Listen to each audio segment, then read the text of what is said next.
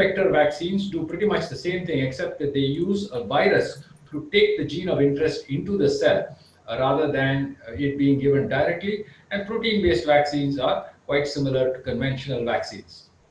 Another important change in our practice in COVID vaccines is the timeline for trials. You can see here that from the first time you first think of a trial, namely you get antibodies in a test tube, you test it in mice, you test it in a few people to see if there are side effects, you test it in more people to get your drug doses right, and finally you do a placebo-controlled trial to see whether it works.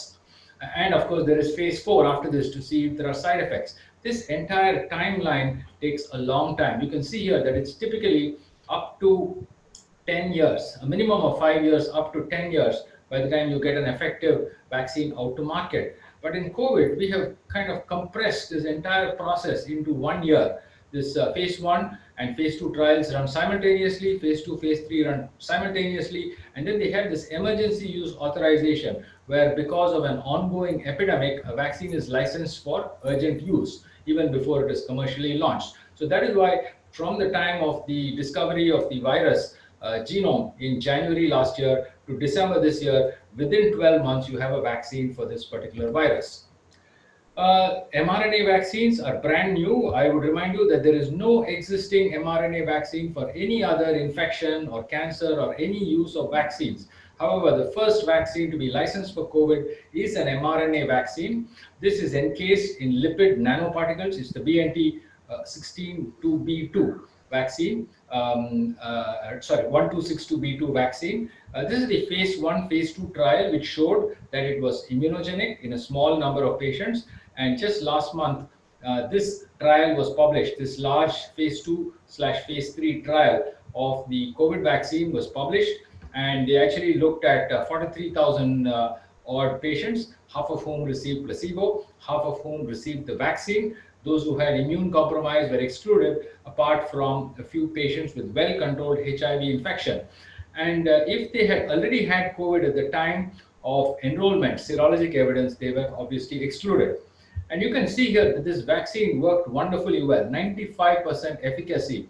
And even if you took out those without prior evidence of infection, it was close to 95%. So that's actually a very good number for a vaccine. 95% certainly was a very encouraging number. And given the fact that this vaccine requires 2 doses 3 weeks apart, they tried to see what happens after the first dose. You can see that about 52% protection starting roughly about 9-10 days after the first dose. So even 1 dose may be partially protective. You can see the curves start to split at around this point, about 9 to 10 days after the first dose. Adverse effects in the study, no adverse effects were more frequent compared to placebo, except for the local side effects, namely local pain, fever, myalgia, which you would see with any other vaccine. Post-marketing observations have suggested that there may be anaphylaxis in a small percentage of patients. So anybody with a history of anaphylaxis to antibiotics, other vaccines, anything else, please don't give the vaccine to these people. They are also looking closely to see whether there is Bell's palsy. There was a suggestion that Bell's palsy may be more common, although Bell's palsy is a common disease in the background population. So these are some of the things that we need to watch out for when we give people this particular vaccine. What is unique about these mRNA vaccines is you have to keep them at very low temperatures, -70. That is not even your freezer. And -70 is really requires special storage conditions. And the company has rolled out a very stringent cold chain because once you keep it in the fridge compartment 2 to 8, you can't store it for long periods of time. And once you take it out, you need to use it up within 30 minutes. You have to dilute it in normal saline. And once diluted, the vials must be used within 6 hours. So you can't really keep these vaccines out for periods of time. And these may not be the best vaccines to use in small settings like primary health centers, etc. So this is the summary of the BNT162b vaccine. It is found to be safe and 95% effective against COVID-19. The incidence of serious side effects was low, and on the basis of this, the US FDA approved this vaccine on December 11th. The second vaccine to be licensed for COVID is also an mRNA vaccine. Amazing. We have never had an mRNA vaccine for any other infectious disease, whether it's polio, chickenpox, smallpox, what have you. And suddenly we have two new licensed vaccines for this new disease. So this was the preliminary report on the mRNA vaccine made by the company Moderna, and it showed that the vaccine was immunogenic, both B cell as well as T cell immunity. And the phase 3 trial was then conducted, about 30,000 participants. This is not published as yet, but the data is open access when it was submitted to the US FDA. And you can see here that the critical number here is 94%. So this vaccine did about as well as the 1262B vaccine, the other mRNA vaccine. And so certainly a very efficacious vaccine. You require 2 doses of this vaccine given about 28 days apart. And there is some data that it may provide protection against asymptomatic SARS-CoV-2 infection as well. The Pfizer vaccine did not study that particular side effect. Side effects, they did not study that particular effect. Side effects are not particularly common, just local issues like vaccination site pain, fever, etc. This vaccine also has stringent cold chain requirements, perhaps not as stringent as the Pfizer vaccine. And still, once you take it out of that -25 to -15, then you will have to use this pretty fast or the vaccine spoils. So again, may not be the best vaccine you can use in conditions like rural areas, etc., where maintaining a cold chain may be an issue. So this is the summary of the vaccine. Very good vaccine, stringent cold chain requirements, no major side effects, and it was approved just last week by the US FDA, and has vaccination with this has also been started in the West. The next platform to look at is a virus vector. Once again, this is quite unique. Nobody has used this technology for any other infectious disease. They have tried this for cancers, but none has actually been approved for its use in cancer. So basically, you take a gene of interest, which is yellow here, and you put it into a virus like an adenovirus, allow that virus to infect the host cell. The gene of interest gets expressed.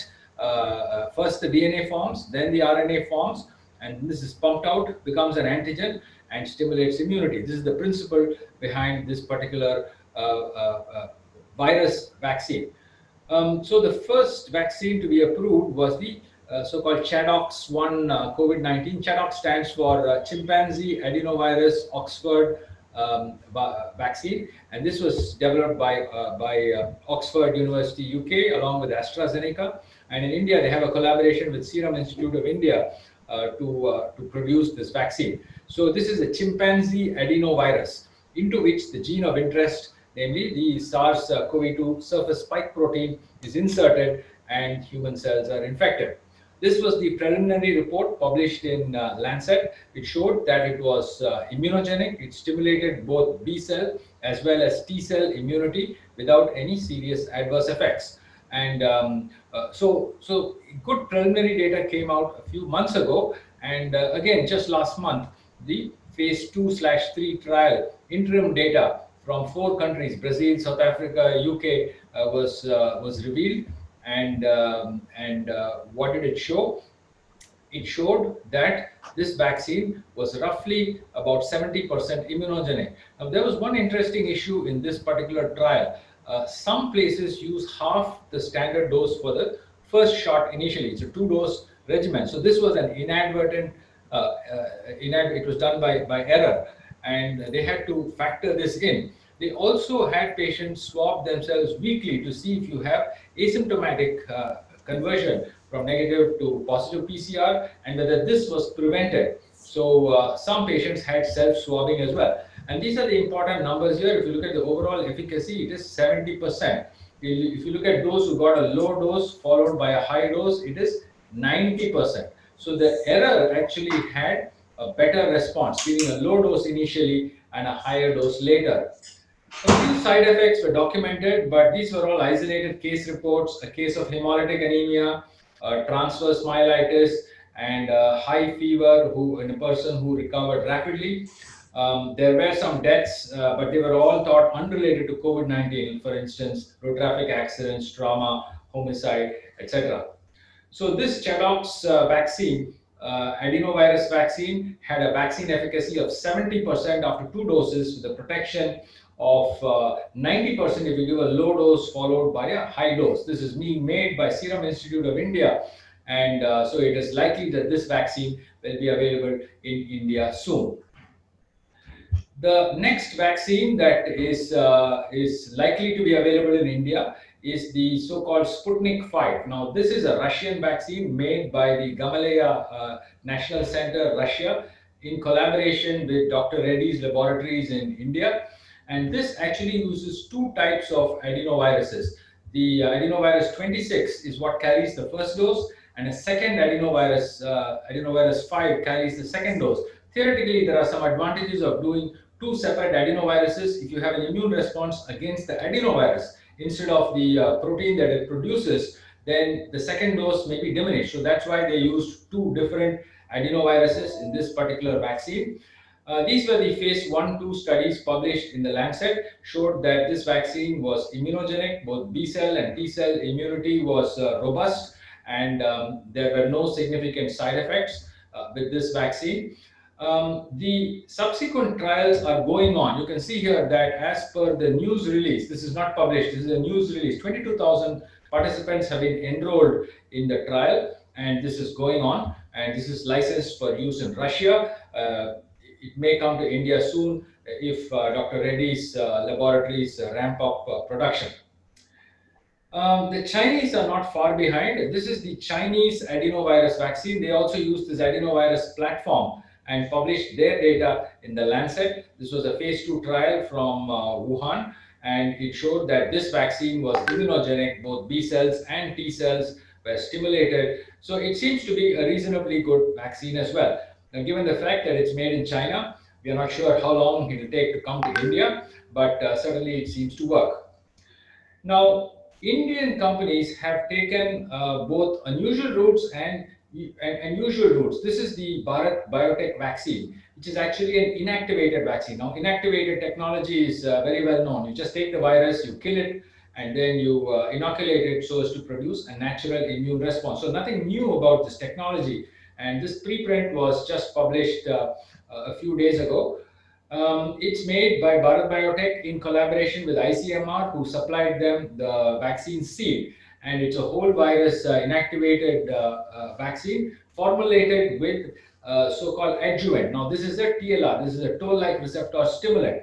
When they put in this so-called Algel IMDG, the vaccine becomes much more immunogenic. In the study, they used 375 participants. This is basically a phase 1, phase 2 trial, 11 sites in 9 states in India. And the primary outcome was safety, so as well as whether it produced appropriate neutralizing antibody levels, which it seemed to do. Certainly it seems to do. And pain at the injection site was the most common local adverse event. No apparent serious side effects in this study, except for one person who turned out to be COVID-19 positive 5 days after the first dose. Now, that probably is unrelated to the vaccine because this was probably natural infection and the patient got better. So no serious side effects as far as we can tell in the phase 1, phase 2 trials, and fairly good immunogenicity with this vaccine. So we don't know yet what dose they're going to adopt, but given the fact that this is a made in India company, it is likely to reach market quite soon. Cell-mediated immunity was also stimulated. And first of all, we don't know whether it works better than placebo. We don't have a phase 3 trial. All we know is that it produces immune responses, and it is fairly safe as far as we know. And you really need to know whether it works well. The bar has been set very high at 95% by the 2 mRNA vaccines licensed abroad, and hopefully this vaccine will perform similarly well. We are awaiting the outcome of those trials. So certainly this was a reasonable study, and the big advantage of this vaccine is you can store it between 2 and 8 degrees centigrade with all national immunization programs. All you need is a regular fridge, not even a freezer. So it should be quite suitable for rollout, especially in rural areas. Now, DNA vaccines are brand new. There is no existing DNA vaccine in the whole world. And this is how DNA vaccines are made. You take the DNA of interest, the glycoprotein that you want, put it into a virus, have the virus infect the human, DNA comes out and gets into the human genome. There are some theoretical issues that this could potentially cause long-term integration into the genome, cancer, etc. But Cydus Cadila is developing an indigenous DNA-based vaccine, quite bold, I might say, given the fact that no one else in the world has taken this particular route. And let's see how this vaccine is going to do. So these are the vaccines and technologies that we have available. Running through them, the RNA vaccine, new technology, but both the American vaccines work very well, 95%, 2 doses, but they have very stringent cold chain technologies. In terms of the viral vector, the Oxford vaccine as well as the Gamaleya Research Institute vaccine and the Chinese vaccine all use adenoviruses. Oxford vaccine may be as good as 90%, 2 doses needed. 2 to 8 degrees centigrade is the storage, should be reasonably good for India. Serum Institute of India is trying to make this. They've used this vaccine for Ebola. Whole virus vaccine is an old technology used for many different pathogens. And you can see here that the Bharat Biotech vaccine has chosen to use this platform, easily storable. Protein subunit vaccines are made by one Western company, one Chinese company, and we'll have to see how they do in practice. There is actually something called a COVAX alliance. This is an alliance of many countries, which is promoted by WHO, which guarantees that many poorer countries actually get the vaccine. All the vaccines are not hoarded by wealthy companies, and hopefully most countries will start vaccinations within the first quarter of 2021. The next point we need to consider is, if there is a limited amount of vaccine, whom will you vaccinate first? So supposing your vaccine is limited to less than 10%, which is clearly it's going to be when a vaccine first comes out, this is what the Americans do. The US CDC recommends those who are healthcare personnel and long-term care, nursing home residents get it first. Then they move on to essential workers, education sector, jails, firefighters, etc. And finally to those with high-risk medical conditions and elderly. So they're actually rolling this out in hospitals and among their nursing homes. This is where they are right now, these two examples, and they hope to move on to the phase 1B soon.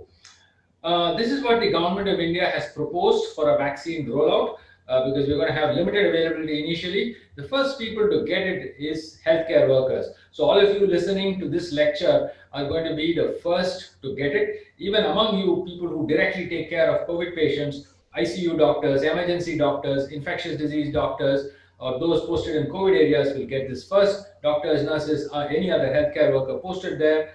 And after those are covered, age is going to be the next criterion. 85, then 75 to 85, then 65 to 75. And among those age groups, those with comorbidities will get it first. Certainly makes sense to go in this reasonable strategy. Once you have more vaccine available, they will progressively lower the age cutoff for the vaccine and give it for those with other comorbidities that predispose to severe disease. And finally, roll it out to other people in the population who have not had the vaccine so far. So this is a reasonable approach towards making sure that those who are at maximum risk or most susceptible to COVID get the vaccine first. Now, what is very topical is the new mutant vaccine, which has come out from the UK, and certainly people from the UK have come to India recently and have tested positive. We still don't know whether they have the new variant called the B117 vaccine or the conventional COVID virus. This has a mutation in the receptor binding site, which is the most critical protein in COVID, and several mutations actually. And can this evade vaccine-induced immunity? Well, the correct answer is we don't know. Most experts think that since immunity develops against multiple parts of the spike protein, just having one or two mutations should not reduce the immunogenicity of the rest of the spike protein, and the vaccines would be expected to work. And certainly all the big companies are jumping in to determine whether people who have had this infection, people who have immune responses to COVID, whether that will neutralize the new virus or not. We should have those data in the next couple of weeks or so. So even though this is worrying in terms of effectiveness of vaccine, probably this will not be a major factor. So this is my summary slide. Please take the vaccine yourself as soon as it's available, since you're a healthcare worker. and recommend the vaccine to all in high-risk age groups, elderly people, those with comorbidities. The only exception is if you've had infection within the last 90 days. You probably don't need it immediately. We know that there is always robust immunity for at least 90 days, if not longer, or if you are known to be antibody positive, you can consider deferral. Vaccines are safe. Don't worry about it. No major side effect has been reported, with the exception of anaphylaxis.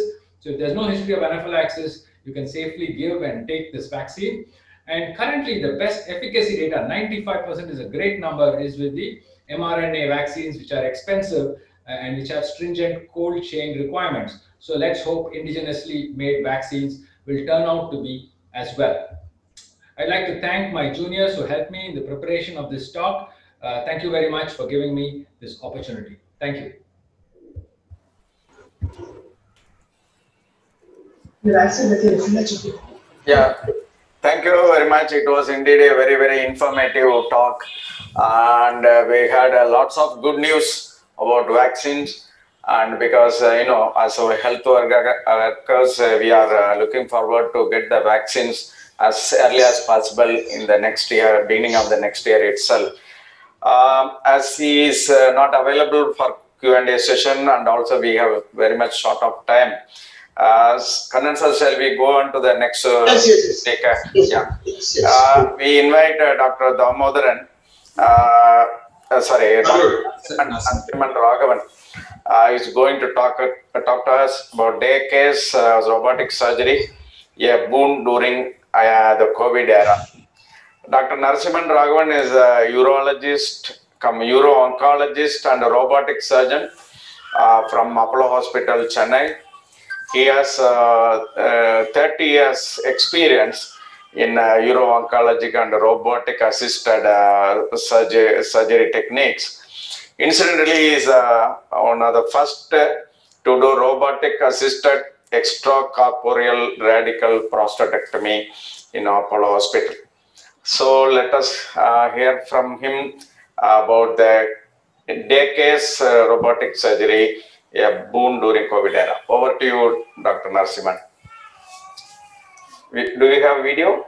Sir, Yes. Yeah. Sir, the video is already sent, sir. Okay, sure. Good morning, all.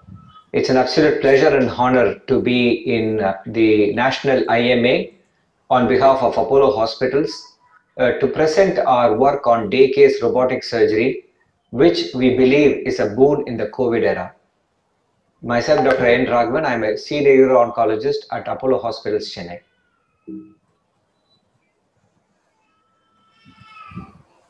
COVID has posed new challenges. Patients are anxious to come to hospitals, but the cancer and coronary cannot wait for COVID. We need to find a way to deliver the best care, but at the same time respect the patient's wishes. In this context, I'm going to talk about robotic surgery.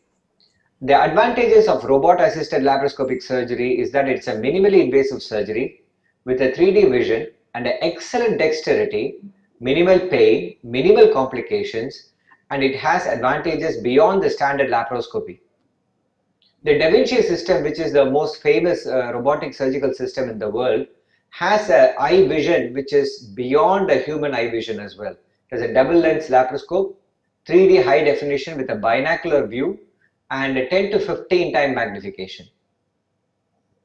The dexterity of the Da Vinci hand is much beyond the human hand. As I tell, normal human hand can rotate for 270 degrees, but a Da Vinci hand will rotate for 360 into 2, that is 720 degrees. The entorist movement allows the hand to move in different directions and performs complex function. It also filters the hand tremor that a surgeon may face.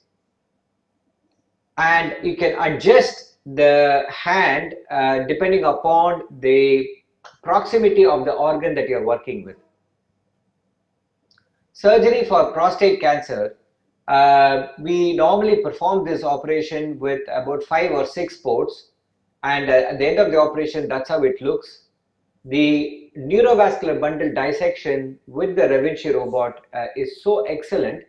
This is how we control the DVC, and this has transformed the way we do prostatic operation, because the same operation was the one which used to have at least a liter or 2 of blood loss, and a patient staying for 10 to 20 days in the hospital. The erythrovesical anastomosis is so nice and watertight that the patient catheter can be removed in 7 to 10 days time. So in renal cancer, the robotics has transformed so many things. We are able to do partial nephrectomy in even an intrarenal tumor. For example, what you are seeing is an intrarenal tumor where I did partial nephrectomy for a patient using a Da Vinci robot. However, I should say that partial nephrectomy cannot be done as a day case because it's a complex reconstruction of the kidney. Now, imagine that we have such a advanced system of operating, and we combine that with an enhanced recovery after surgery. The enhanced recovery after surgery is called ERAS. ERAS is something we call it as fast track surgery. The enhanced recovery program is a multimodal perioperative care pathway that reduces the surgical stress and accelerates the recovery of the patient. Let us assume a standard surgery and a traditional recovery takes a few weeks for the patient to get better. With the enhanced recovery, your patient gets better within a few days' time. So the recovery process is much faster. The goals of ERAS include that we have to implement a standardized patient-centered protocol. We have to integrate all phases of surgery, that is pre-operative, intraoperative, and post-operative. We have to improve the overall patient's experience satisfaction, and we have to decrease the variability between patients as well. It is not done by a single person, it's a whole team: surgeons, anesthetists, nurses, theatre staff, dietitians, physio, hospital management, and the patient's motivation as well. The competence of the ERAS, as I said, starts before the operation, during the operation, and after the operation. So in the pre-operative setting, we evaluate the patient, optimize every organ, liver, lung, heart. We ensure a good nutritional status. We improve the physical fitness of the patient. The starvation that we keep is very minimal. We always give an oral carbohydrate drink before the surgery. There is no mechanical preparation. And the most important, as I said, patient counseling, education regarding the whole process, so that they don't feel surprised, because it's very different than the standard protocol that is implemented. The competence of the ERAS during the operation includes excellent antibiotic prophylaxis, pre-medication. We always do a minimal access surgery, minimal tissue handling. We minimize the operative time. That fluid therapy that we give is goal directed. We don't give buckets and buckets of IV fluids to them. And we always consider whether the patient needs catheterization, abdominal drains, and if it is not necessary, we remove it. Just to give you an example, I remove the catheter after an elective nephrectomy on the table. In the post-operative period, and the analgesia is extremely important. Multimodal, preemptive, adequate analgesia is given. Early enteral nutrition, early and forced ambulation. That is, just to give you an example back again, after a radical nephrectomy, the patients are given feeding after 4 hours, ambulated by 6 hours. All the medication are converted to enteral route from IV route. None of the patient goes home with catheter. They may go home with a drain, because I believe drain is a safety net which I keep for radical nephrectomy patients, and the patients are discharged 8 to 10 hours from the surgery. For discharge to be done, the patient should be having an excellent pain control, taking solid diets, no intravenous fluids, independently mobile, with the same level prior to admission, and willing to go home. So combine robotic surgery, which is excellent in terms of advantages, the ERAS protocol, we will be able to do day case robotic surgery, and that's what we achieved in Apollo hospitals. We did a study looking at the feasibility and safety of robot-assisted laparoscopic day case surgeries with the ERAS protocol. Definition of a day case surgery is that the patient is admitted to the hospital for a planned procedure and discharged home on the same calendar day. It's not a 23-hour stay, it is not a short stay, it is a day case, admit, discharge on the same day. We did a prospective observational study between 2018 and 20 in the department, and all the patients who we believe are fit as day case surgery were selected. They were well motivated patients, minimal comorbidities, ASA 1 and 2. where we anticipate a straightforward surgery, prospectively counsel consent sought from the patient for a day case surgery. Upper tract surgeries, nephrectomy, adrenalectomy, pyeloplasty, as well as lower tract reconstructive surgeries, bladder diverticulectomy, and ureteric reimplantation were studied, and patients who required complex reconstruction such as partial nephrectomy, cystectomy were not part of the protocol because those patients need to stay in the hospital. Anesthesia is a standard anesthesia technique. The induction is with fentanyl, midazolam, propofol, maintenance with sevoflurane.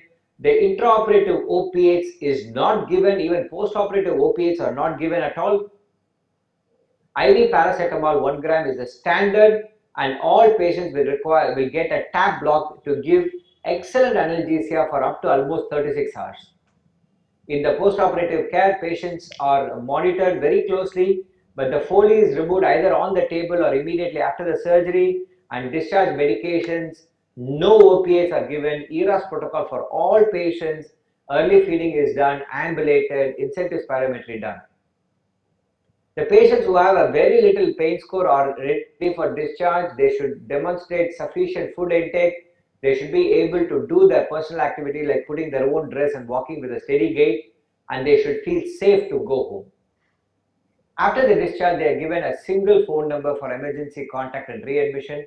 A telephonic interview is done on first postoperative day with the patient and attendant, and for the histology, we call them in 5th day for the dressing change, discussion of histology. And patients who have readmission within 30 days is considered as readmission criteria for this for the study purposes. This is the breakdown of all the patients we have operated so far. Robotic simple nephrectomy, radical nephrectomy 15 patients, radical nephrectomy with lymphadenectomy 5 patients. So 20 patients are cancer surgeries, adrenalectomy another 5 patients, ureterostomy and bladder diverticulectomy and reimplantation. The age group is between 16 and 55, and the operating time is between 2 hours to 2.5 hours. The blood loss, as you would have seen, is absolute bare minimum, 50 to 150 ml, and complication rates, simple complication like pain score requiring extra analgesia, or patient had some nausea and vomiting were noted. All the patient had 100% discharge on the same day. None of the patient required readmission. There were no major complication, 100% discharge on the same day, no readmission, safe and feasible for patients who are selected and counseled well, and intraoperative parameters are comparable with other robotic surgeries. After the study is done, we have moved on, especially during the COVID era, because patients wanted those things. That includes radical prostatectomy as a day case procedure and radical nephroureterectomy as a day case procedure have been done as well. Dear friends, I'm going to show a video of radical prostatectomy, especially extraperitoneal approach, which is extremely suitable for day case procedures. Now, we created space in the extraperitoneal compartment in front of the bladder using a curvilinear incision under the umbilicus, and this is the posterior rectus sheath. We put a balloon and inflated. This is the first trocar going in. The video shows the creation of the space. That is the extraperitoneal space and the inferior epigastric artery that you can see there. We created the space on the right side, right iliac fossa, and the first port comes in now, which is the assisted port. With the help of these 2 ports, we create more space for the other ports. This is the midline raphe dropping the bladder down, and we create a space on the left side now, which can help us to put more ports on the left side.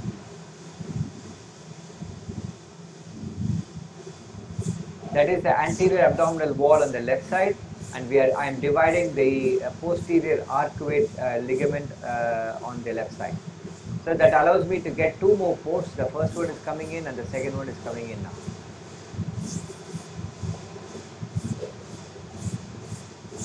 We have to get 1 more port on the right side, which is now coming in. So the 5 ports are set in for the operation to start. That is how it looks after the ports have been put in, and the patient is given a very minimal head tilt. The radical prostatectomy itself goes in these steps because the bladder is already down. The vas on the both sides are divided to free the bladder up so that the bladder is more mobile. The fat on top of the prostate is removed and sent for histology. This is the endopelvic fascia on the right side divided. Now the left side endopelvic fascia is now divided.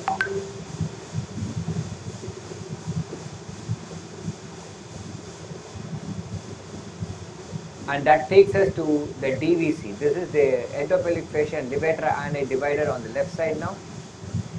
I am dividing the puboprostatic ligament here, and that will separate off the pubourethralis muscle, which you can see. This is the horseshoe-shaped sphincter muscle.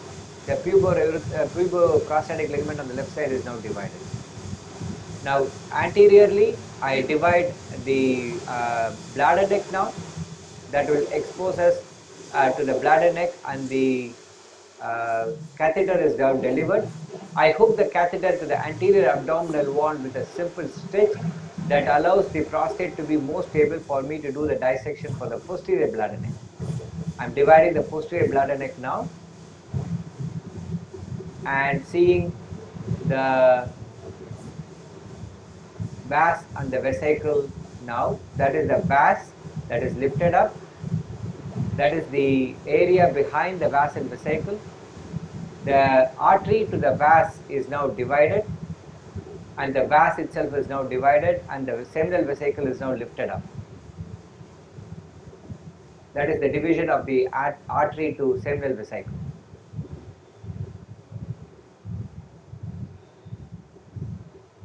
Now, once you have divided both the vas and vesicle, you divide the endopelvic fascia, the denobilus fascia on the back of the prostate. That will take us into a plane between the prostate and the rectum. So I have packed it with a gauze piece so that it is clear, and then I'm doing more division. Okay. Now this is the neurovascular bundle. That is the prostate, and this is the bladder neck, and here is the rectum with a gauze piece on top of that. The neurovascular bundle is controlled using a Hem-o-lok clip, and this patient, I divided a wide excision of the neurovascular bundle because he is 72 and he is not keen to preserve the sexual functions, and that sort of divides the whole thing down. After that division on the left side, the right side, the left side neurovascular bundle is now controlled.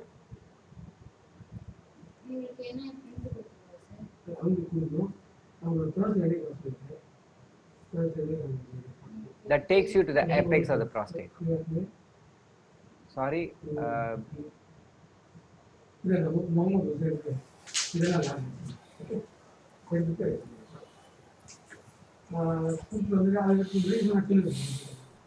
So here is the DVC complex. I am dividing the DVC complex. That's the pubourethralis muscle on either side, levator ani on the either side. That is the prostate. So we are doing what we call a cold cut of the DVC. Previously, if you do cold cut of the DVC, we used to be worried we lose huge amount of blood. But thanks to robotic surgery, cold cut of the DVC is possible with about 50 ml blood loss. The DVC is now controlled very well, as you can see there. That is the DVC, that is the urethra, and that is the prostate. And the DVC stitch is now hooked on to the pubic bone. The urethra is now divided, as you can see.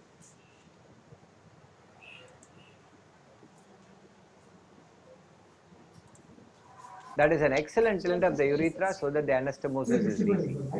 What I am doing now is, this is the nodal complex, that is the external iliac artery, this is the external iliac vein, and all the nodes on top of the vessels as well as the internal iliac and the obturator are removed as a part of extended pelvic lymph node dissection for cancer. All of this is feasible using extraperitoneal approach. So which means that patient has no injury to the bowel and no disturbance to the bowel recovery as well. The same is done to the left side now, and see, I just wanted to show you this step. The dexterity of the robotic instruments are so good that I'm lifting the artery and vein to go underneath and clearing the lymph nodes as well. That is the joy of robotic surgery.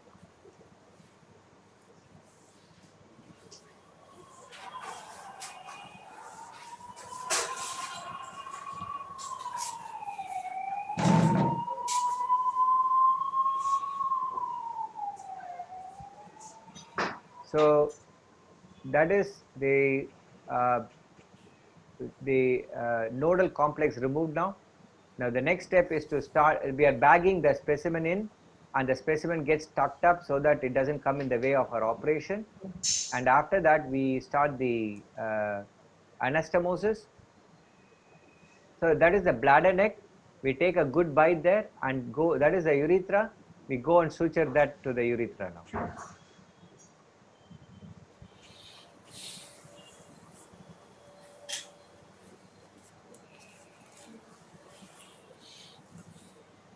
Now I am doing the posterior plate, and as you could see nicely the bladder is sutured to the urethra, and we get beautiful bites because the patient has excellent urethral length. And after that is done, so the anastomosis is near complete. There will be an anterior hole which will be closed called the anterior racketing. So I'm closing the anastomosis and I'm closing the anterior racketing as well. Can we anterior make it short? wall of the bladder. Can we make it short? We're running short. Now you can see now the next second that the bladder will distend using saline to ensure that the whole closure is watertight. So the video will finish in the next 1 minute, sir. Okay, sir. Okay, sir. Okay. Advantages of extraperitoneal radical prostatectomy: excellent recovery, no pain, day case surgery, but the disadvantage is that you have a slightly increased cost due to the use of the robot. It's a very safe procedure, and that is what catapulted us to do day case surgery using robotics.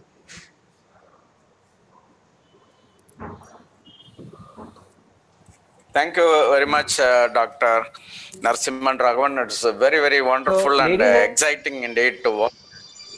Yeah, wonderful and also very exciting.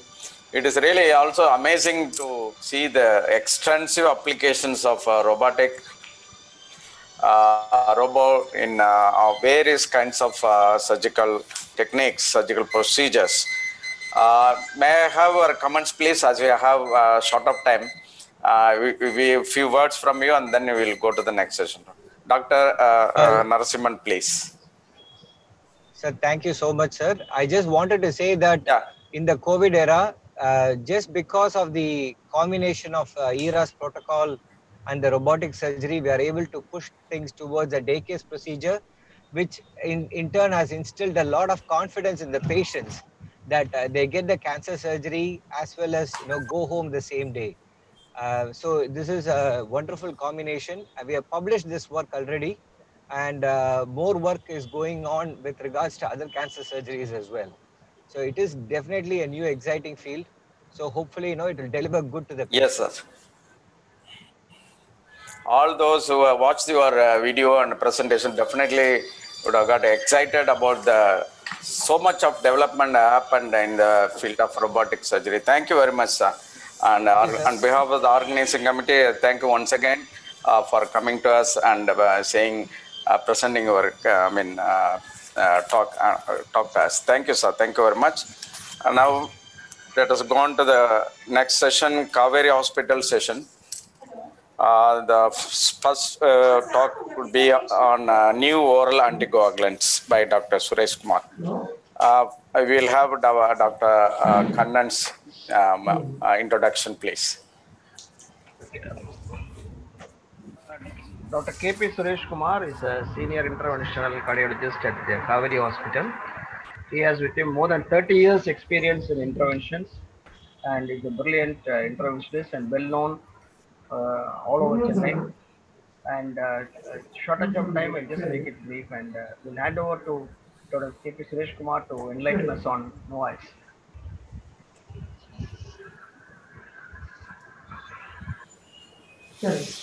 Good morning to one and all. Hope I am audible. Yes. My slides are also visible. Yeah, sir. Yeah. Please go ahead. Thank you very much. Good morning to one and all. My respects to the esteemed chairpersons and the moderators. Yeah. I'm Dr. Suresh Kumar, Senior Consultant Cardiologist from Kaveri Hospital, Chennai. And my presentation is on newer oral anticoagulants, short form NOACs, in our clinical practice. Now, for the past 50 years, we have been using warfarin as an oral anticoagulant. But we all know the problems with warfarins. Do we have a safer alternative, which is as effective or more effective than warfarin with much less bleeding complications? The next 15 to 20 minutes, I will talk about the newer oral anticoagulants. Now, if you look at the basic physiology of coagulation cascade, we have got intrinsic pathway of coagulation and extrinsic pathway of coagulation. Both ends up in activation of factor 10. This is the final common pathway. 10 becomes 10A. This activated factor 10. 10 is otherwise called Stewart-Power factor, which converts prothrombin to thrombin, and thrombin in turn converts fibrinogen to fibrin threads. In these fibrin threads, platelets and RBCs are entangled and a clot is formed. So whatever may be the pathway, it ends in activating factor 10. Now, we have all been using warfarin. Warfarin acts by inhibiting the hepatic synthesis of vitamin K dependent clotting factors. That is factor 7, 9, 10, 11. So once you give warfarin, whatever factors are there in the blood, it has to get destroyed. So in short, warfarin will act only after 3 days, because it inhibits the synthesis, but whatever factors is there, it has to get catabolized for the drug to produce its effect. Now, heparin forms irreversible complexes with antithrombin. So heparin antithrombin complexes will prevent the further cascade of events.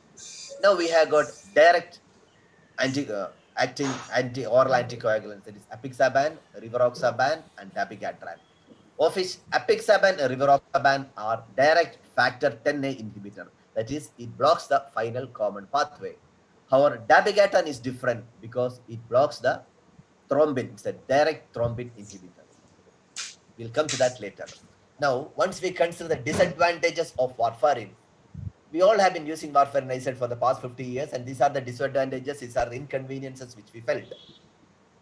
It has got a variable, unpredictable dose response. There's an individual variation. You have to keep monitoring INR very frequently, which is very difficult and time consuming, cost consuming, very inconvenient to the patient. It has got a narrow therapeutic window. If you underdose, they will develop thrombosis. If the dose slightly exceeds, they will start bleeding. So there is a narrow therapeutic window, a slow onset and offset of action, and there is numerous drug and food interactions. Now, apart from that, warfarin can produce teratogenicity. Warfarin teratogenicity. In long run, it can produce osteoporosis. It can produce deadly skin necrosis. And there is a condition called warfarin resistance. Now, if you give warfarin more than 70 milligram per week, if the patient's requirement is more than 70 milligram per week, it is called warfarin resistance. And warfarin in long run can produce tubular toxicity, so warfarin nephropathy. So there's a lot of adverse effects with warfarin if you give it in long run. Plus drug interaction, especially to interface with the Ayurvedic and homeo preparations, garlic, so on and so forth. So it's very difficult to maintain an optimum anticoagulation with a lot of complications. So the newer oral anticoagulants have come. Other terms for newer oral anticoagulants are DOACs, that is direct oral anticoagulants, or otherwise it is called target specific oral anticoagulants. All are one and the same, different terminology. Now, what are the indications of newer oral anticoagulants? The most important indication is stroke prevention in non-valvular atrial fibrillation.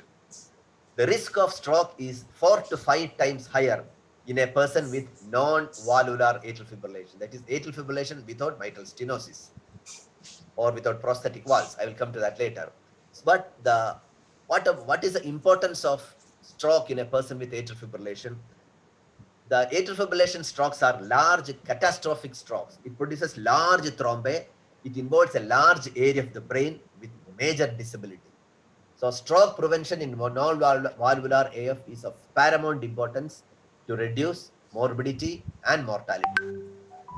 And second is, we see a lot of patients, 10 to 15% of people who undergo percutaneous coronary angioplasty has atrial fibrillation also. So such patients, giving a dual antiplatelet therapy alone is not enough. You have to give an anticoagulant. Now, prevention of venous thromboembolism, again, is very important. The incidence of venous thromboembolism is 1 to 2 adults per 1,000 people annually. That is, if you see 1,000 adults, 1 to 2 people develop deep vein thrombosis annually. And it is the third most common cause of vascular death after MI and stroke. So it's very important to prevent venous thromboembolism. And of late, what is the role of these newer or anticoagulants in the treatment of people with chronic coronary artery disease? There are 300 million people all over the world with people with chronic coronary artery disease. It amounts to 4% of the world population. Now, there is a total new approach, the treatment of such patients. I will come to that later. So these are the three common molecules which we use as newer oral anticoagulants: rivaroxaban, apixaban, and dabigatran. Please remember, my talk is only on anticoagulants, not on antiplatelets.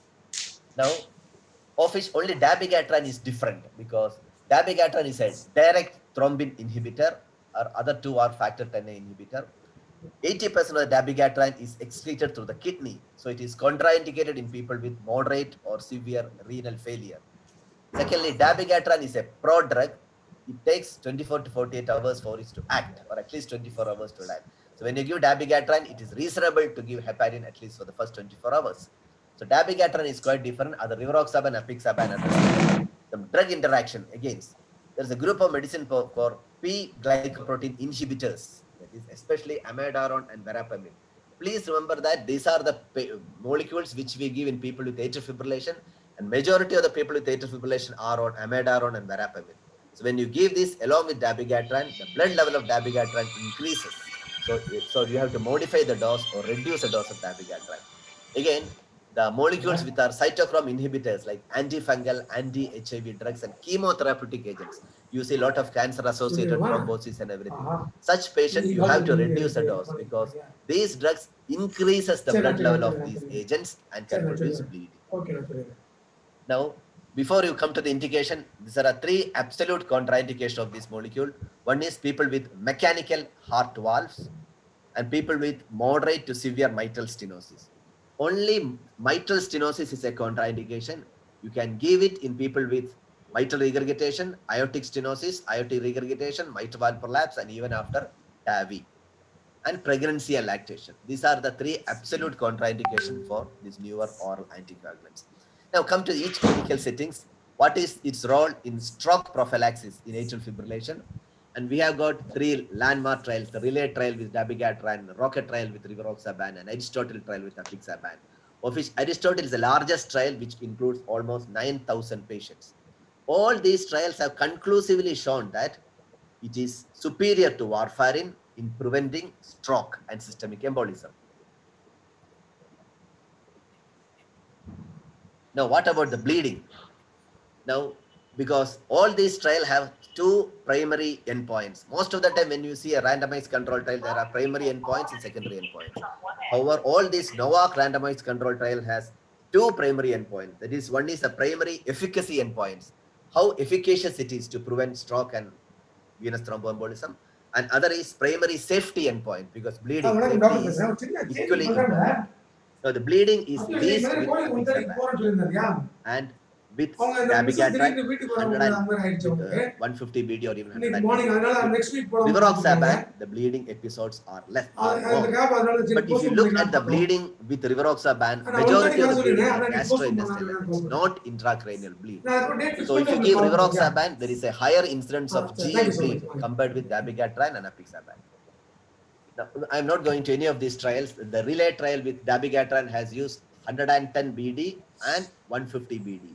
And the result has shown that 110 BD is not inferior to warfarin. It is not superior to warfarin. However, 150 BD is found to be superior to warfarin. The ROCKET trial with rivaroxaban, the dose is 20 milligram once daily. However, if the creatinine clearance is less than 50, you use 15 milligram. Then Aristotle trial is a trial using apixaban. you must use 5 milligram BD, that is the dose of apixaban. However, when you use apixaban, there is a criteria called ABC criteria. When the age is less than 80, body weight is less than 60, and creatinine more than 1.5, you should use only 2.5 milligram. So anticoagulation is a balance between efficacy and safety. And if you consider all these three molecules, dabigatran, apixaban, and rivaroxaban, apixaban is the safest neuro-oral anticoagulant with the least bleeding risk. Bleeding risk is least. The hazard ratio is 0.6 with apixaban. Now, what is the each clinical settings? How will you start in a person? You have to use two scores. One is the CHA2DS2-VASc score, which is it shows you what is the annual risk of the person developing stroke. At the same time, you have to consider the Hasbred score, which shows the risk of bleeding per 100 patient years. Because of the paucity of time, I am not going to use these scores. It is available in everything. These are the points which we consider. CHA2DS2-VASc score, the term itself, it is there. C stands for cardiac failure, H stands for hypertension, H stands for age, D stands for diabetes, so on and so forth. And this is the Hasbred score. Again, H stands for hypertension, A abnormal renal liver function, H stands for stroke. Now, you start an oral anticoagulation if the CHA2DS2-VASc score is 2 or more, because the risk of stroke is very high.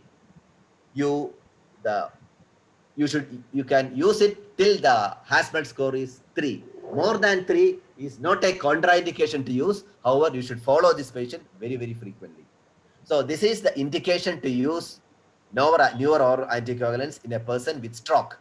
And second, coming to PTCA in atrial fibrillation. As I told you, 15% of the people with coronary artery disease needing PTCA has atrial fibrillation.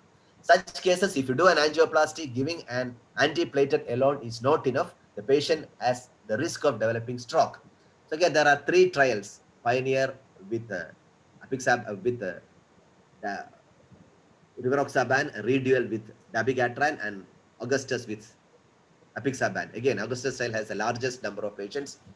Again, the same dose given, and this is the final consensus. If you do a PTC in a person with atrial fibrillation, you have to start with a triple therapy. That is, you give aspirin, clopidogrel plus anticoagulant. But you must give it only for 1 month, because definitely triple therapy increases the bleeding. After 1 month, you drop aspirin and continue only clopidogrel and NOAC. And after 1 year, you should give only NOAC. This is a recent consensus ACC issue which has come on December last week. They said that since there's a high thrombotic risk, you give the triple therapy, but give it as shortest as possible. That is, give only for 3 days. After 3 days, you drop aspirin and continue only clopidogrel plus NOAC. But after 1 year, no need of antiplatelet at all. Give only newer anticoagulants. Why? Because the newer anticoagulants inhibit thrombin, and thrombin is a powerful platelet activator.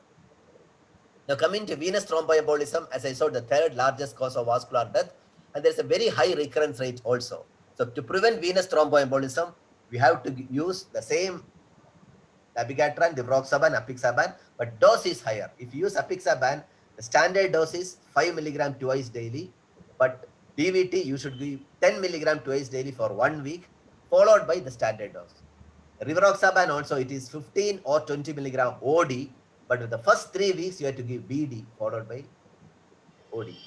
And dabigatran the same. Initially we used to give low molecular weight heparin when we are using dabigatran because it's a prodrug. However, all the present available pharmacokinetic data shows that there is no need of bridging it with with heparin. You can directly start newer oral anticoagulants, and no need of overlapping it for a few days. So you can start the newer oral anticoagulants immediately. You will have an immediate response. Then cancer-associated thrombosis, rivaroxaban is found to be better than the other 2 molecules. And NOACs are found to be efficacious in underweight, normal weight, or overweight patients. Now, the last part, what is its role in a person with stable coronary artery disease? We all have been giving antiplatelets, statins, beta blockers, and AC inhibitors in people with stable coronary artery disease. But you follow them up, you see our patients come back with stroke. Our patients come back with peripheral vascular disease. Patients come back with recurrent ischemic events, even in spite of optimum medical therapy. So, can we do better? This is the annual event rate. Each year, patients come back with more and more events. So, even if the best guideline recommended therapy, the annual event rate is 15%. Okay. And most of these patients come with another event the first 3 months. So, with the best available therapy, still there is a higher rate. This I already told. What we do for the vascular protection in people with coronary artery disease, we give statins, we give we give antihypertensive, adequate control of diabetes and antiplatelets. But this is not enough. Is there a scope for improvement by adding an antithrombotic? The rationale is that the antiplatelet which we give, the platelet reactivity comes down definitely by 6 to 1 month. After that, you need only a monotherapy with antiplatelet.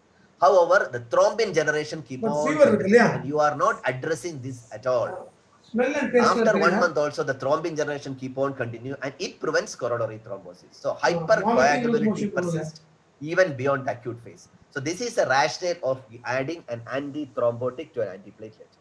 And secondly, a clot is made up of not with platelets, but it can fibrin and anticoagulant and lot of thrombotic milieu. So again, the rationale of giving an antithrombotic. We give antiplatelets, but we are not addressing the fibrin generation and progression.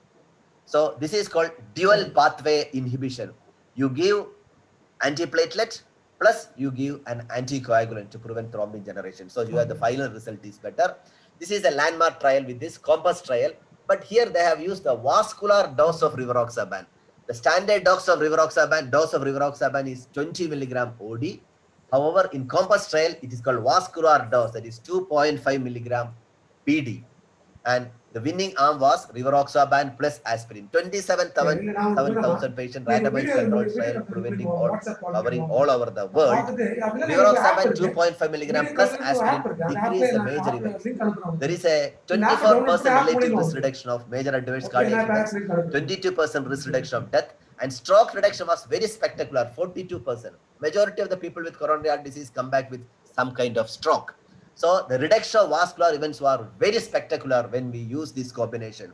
And this combination has actually a potential to change the way we look at the management of people with chronic coronary artery disease. And this is a practice-changing randomized control trial. It's a new approach to treatment with patient with coronary artery disease. And we will all be frightened. What about the bleeding risk? The bleeding risk remains the same. However, the benefit of event comes down as the years progresses.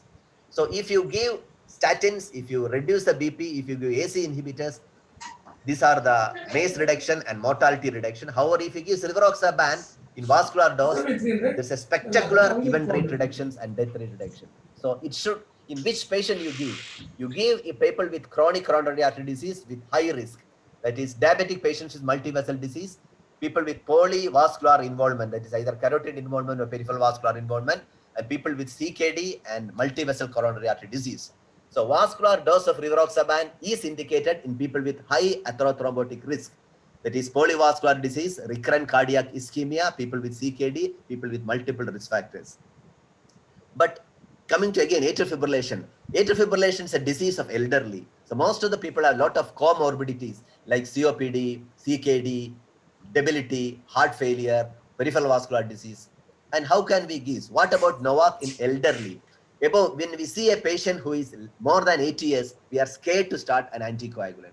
However, studies have shown that if the age is less than 80 and more than 80, apixaban is equally effective and there is no excess bleed. So age more than 80, there will be more bleed. It's only our belief, our perception. However, the bleeding risks are much less, which is shown in Everose trial. Now, what about people who are more chance of falls, that is Parkinsonism? We will be scared to start these anticoagulants.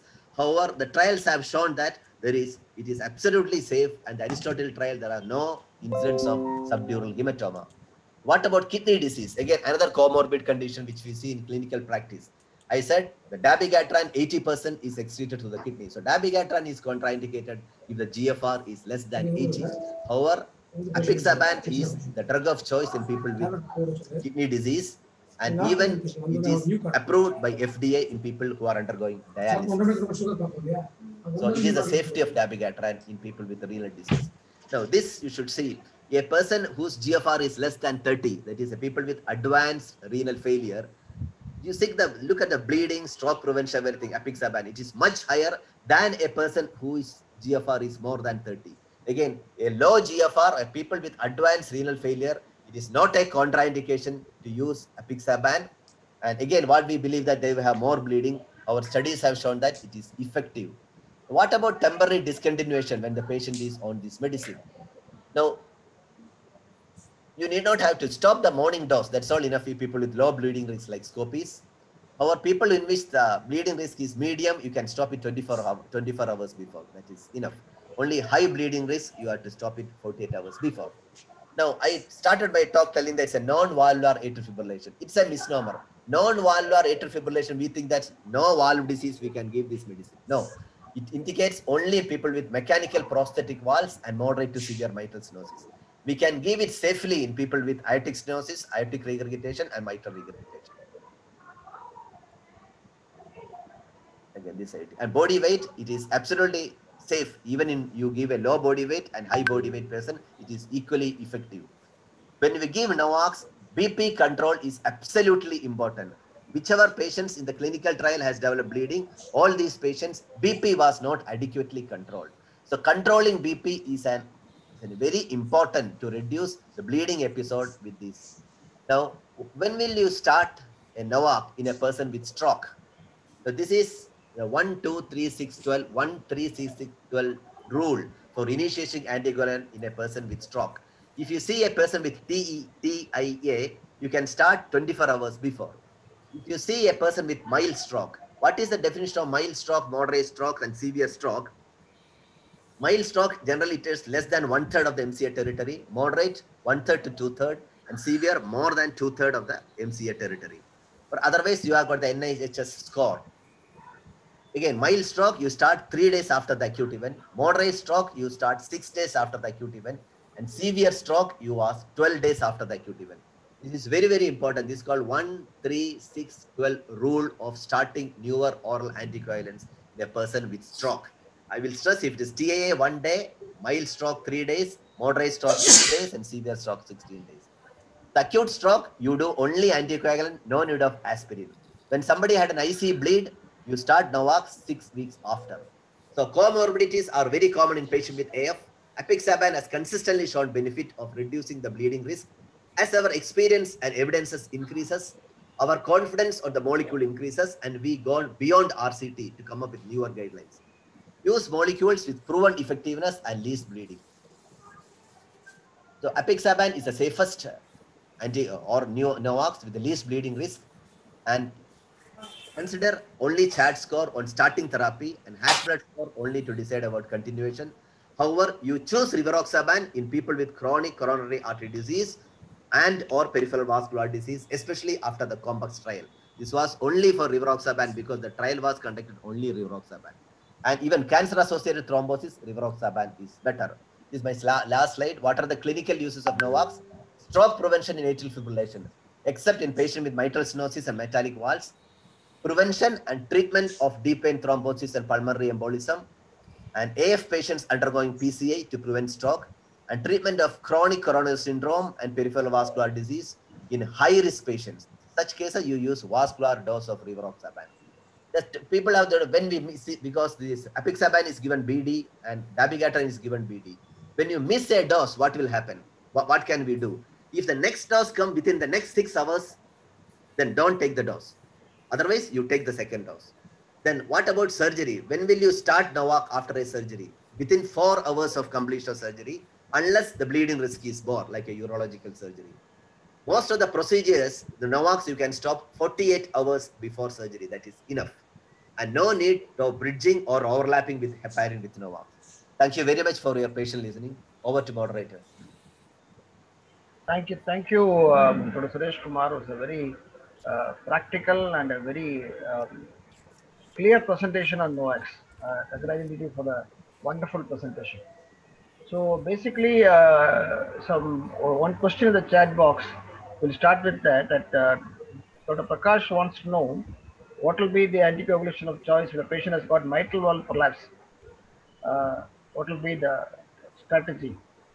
See, patient with mitral valve prolapse, no need of anticoagulation at all, unless he is in atrial fibrillation. This is stroke prevention atrial fibrillation. Mitral valve prolapse, no need of anticoagulation at all. So that is the question. Okay.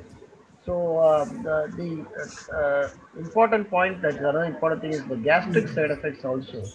And in that, dabigatran has got more gastric effects than the other ones. So in that, we use apixaban or rivaroxaban. That's one thing. And as you already mentioned, the other specific things in this, another thing is venous thromboembolism also. Dabigatran is slightly inferior to rivaroxaban and apixaban. So these are the two indications which the other two score over. And of course, a specific like cancer related, which is rivaroxaban is the better one, and apixaban generally has got a lower bleeding risk. Excellent presentation. So any other Thank you very questions? Thank you very much, sir. Thank you very much, Dr. Suresh Kumar. Let us move on to the next topic.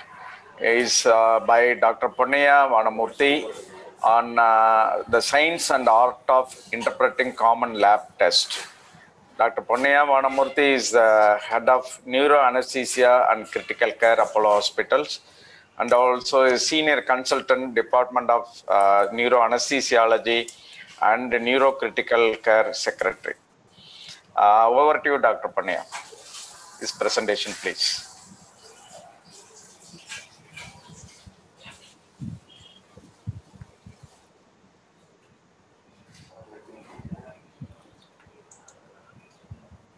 IT department? Please. Yeah. Please play the video of Dr. Ponniya Vanamurthy. So next presentation is of Dr. Sridhar. Sridhar Nagayan, sir. Yeah. From Kaveri Hospital. Dr. Sridhar Nagayan from Kaveri Hospital, sir.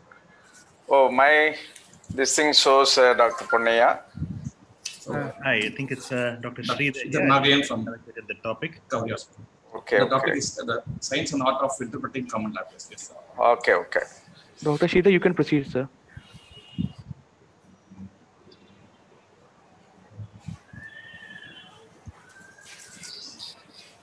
Probably the old one, huh? Yes, sir.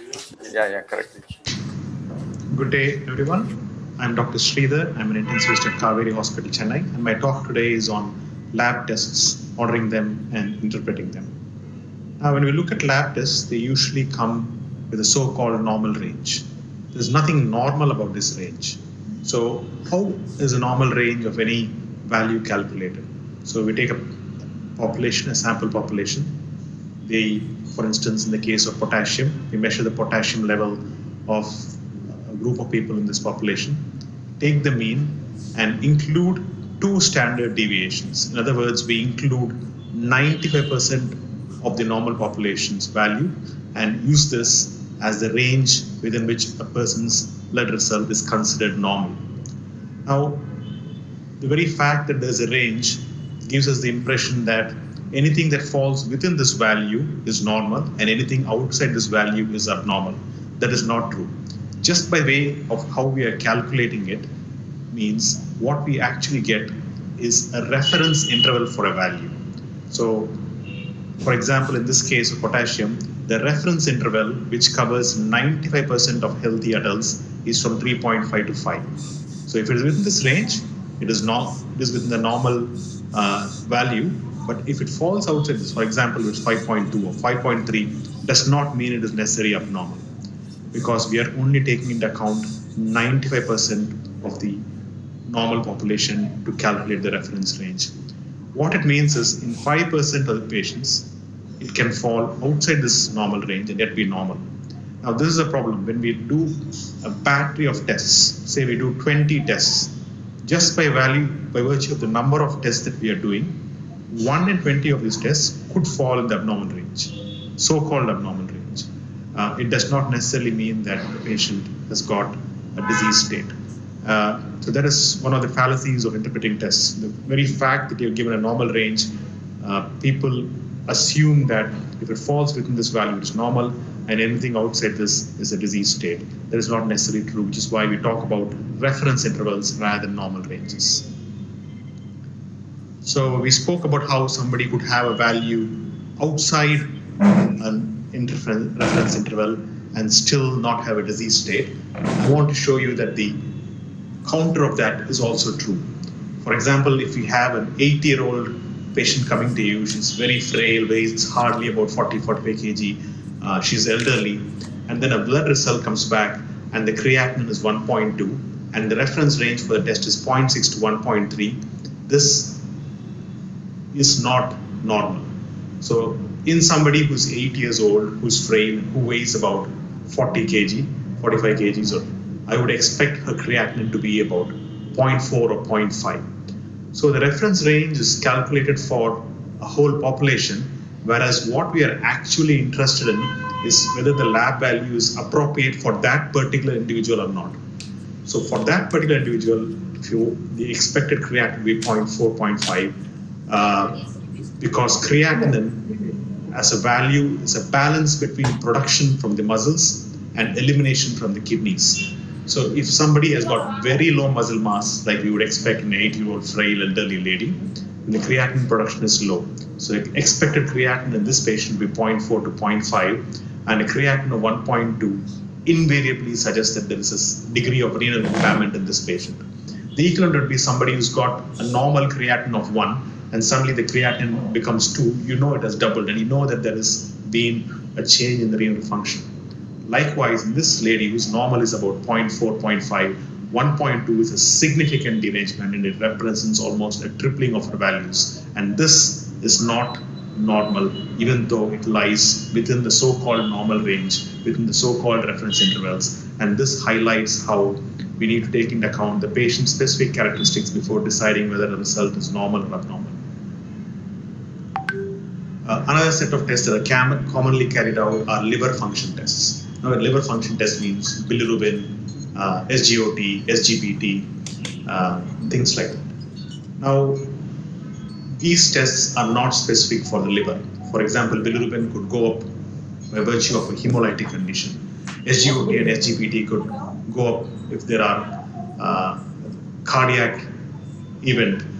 In the old days, before TROPI became the way by which we diagnosed acute coronary syndrome, SGOT and AST and ALT were considered to be raised in people with acute coronary syndromes. Likewise, alkaline phosphatase, which is supposedly specific for liver, we know it's also produced in bone, and it's produced in intestine, it is produced in placenta, hence it goes up in pregnancy. So these tests, although they're called liver function tests, are not specific for the liver.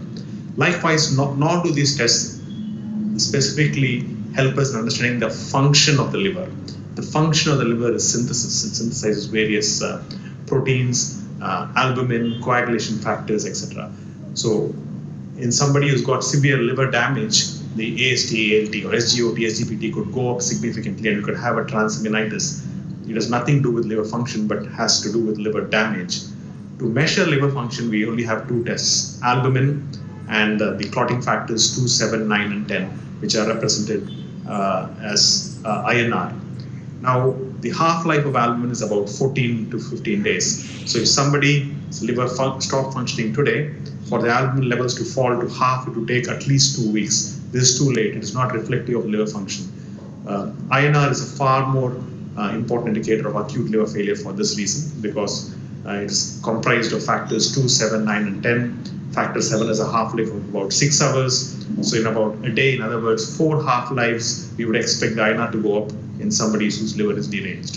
So these tests are not specific to the liver and not specific to the functioning of the liver.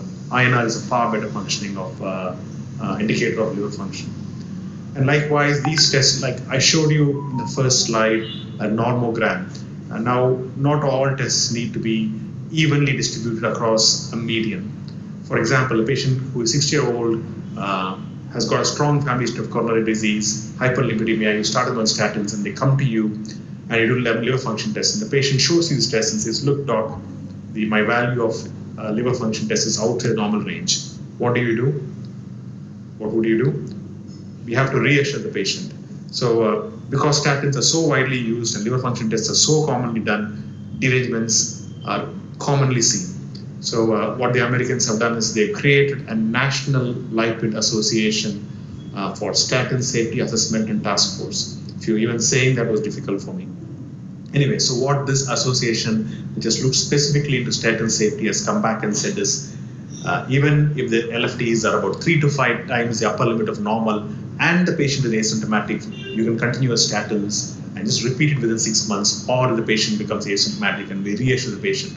So once again, it's important to realize that tests and normal ranges are guidance values, and we always have to correlate it with the patient history, in this case, a significant history of coronary heart disease, and our assessment that this patient is at significant risk of coronary artery disease. Hence, minor derangements and LFTs are not a contraindication for using a useful drug like statin. The same applies even with anti-tuberculous therapy. Minor derangements in LFTs are expected, but I think the benefits of treating these people with appropriate medication far outweighs 2 or 3-fold increase in upper limit of liver function test. Clearly, the patient starts to become symptomatic, jaundiced, or develops changes in clotting, then we need to worry about acute liver failure, and we need to watch out for that. But otherwise, just simple elevation within 3 to 5 times of upper limit of normal for common transaminases are not a contraindication for stopping drugs that are valuable. Another test that we use a lot is D-dimer, especially in this time of COVID. We all know COVID is an immunothrombotic illness. Most of them patients can be managed at home with home isolation if they have sufficient space at home and people to call for help. And when these people are being managed at home, they read WhatsApp messages and somebody comes to you and says, "Doctor, my breathlessness is getting worse. I don't know if it's COVID or having a lung clot. I really don't want to go to the hospital. The hospitals are all full. It's difficult to get beds. I would rather be treated at home. It's much more comfortable for me. I don't want to be in isolation in hospital. Here I have friends and family close by. I don't get tired or bored, and they're always there outside the door." Then what do you do? We all know D-dimer has got value in diagnosing PE, and D-dimer value is normally between 0 to 500 mics per liter. Depends on which type of testing your lab uses. But what type of test is D-dimer? We all remember reading in SPM about sensitivity and specificity and false negatives, false positives. A simple way of remembering sensitivity and specificity in a practical way is by using these acronyms SNOUT and SPIN. So SNOUT stands for sensitivity. So somebody has got high sensitivity, S as the first letter of SNOUT, then if the value is negative N of SNOUT, then you can rule the disease out. So this is classic for D-dimer. D-dimer is a test with very high sensitivity and very low specificity. In other words, if D-dimer is not elevated, not above 500, and hence it's negative, then we can safely and confidently rule out a thrombotic illness. But on the other hand, it's got low specificity. It goes up in trauma, it goes up in infections, it goes up in inflammations.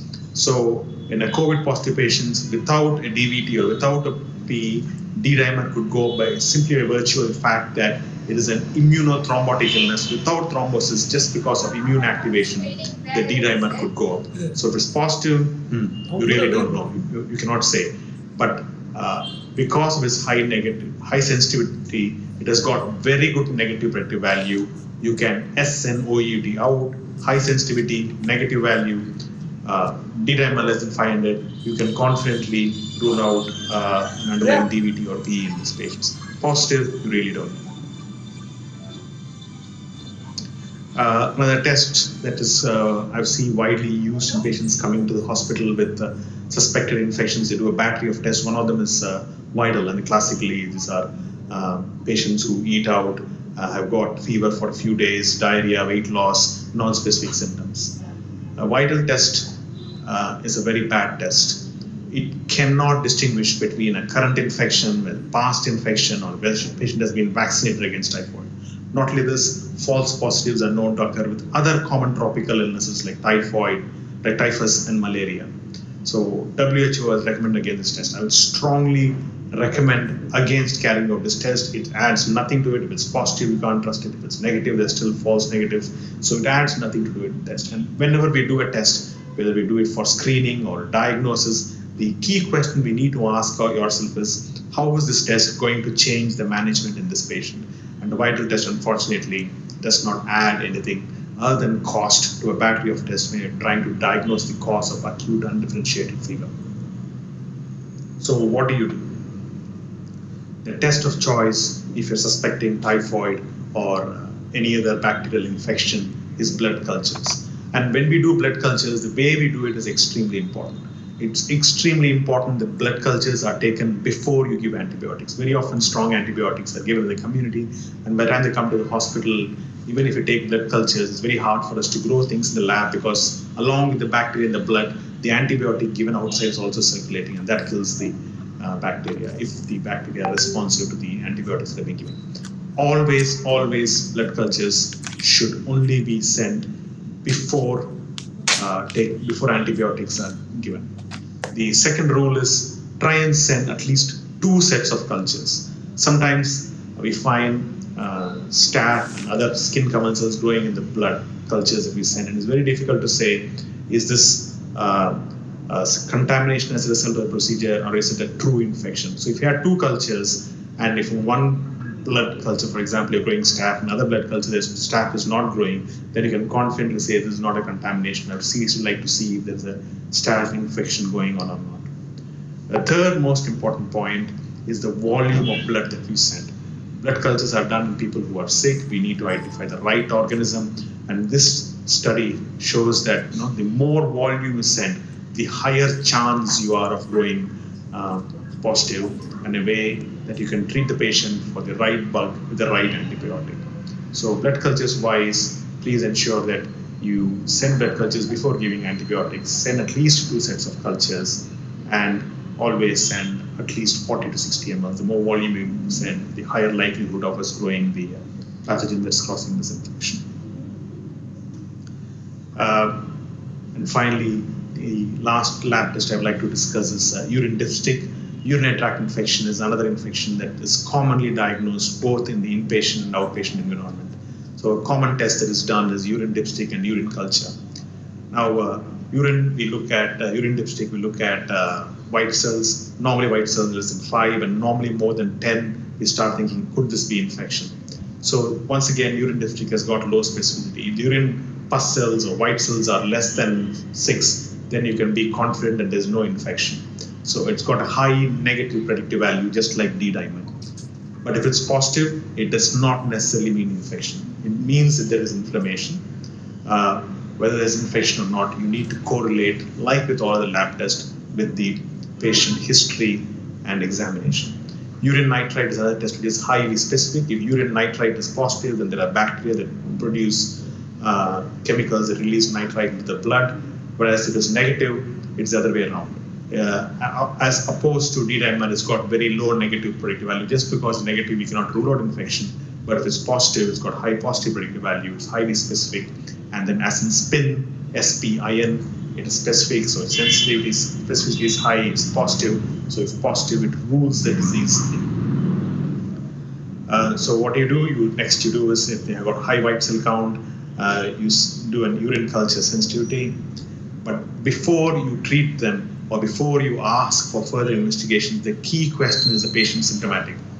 And urinary tract infections can either be lower tract or upper tract. Lower tract is cystitis, urethritis, and classically they complain of frequency, urgency, dysuria, pain at the end of passing urine.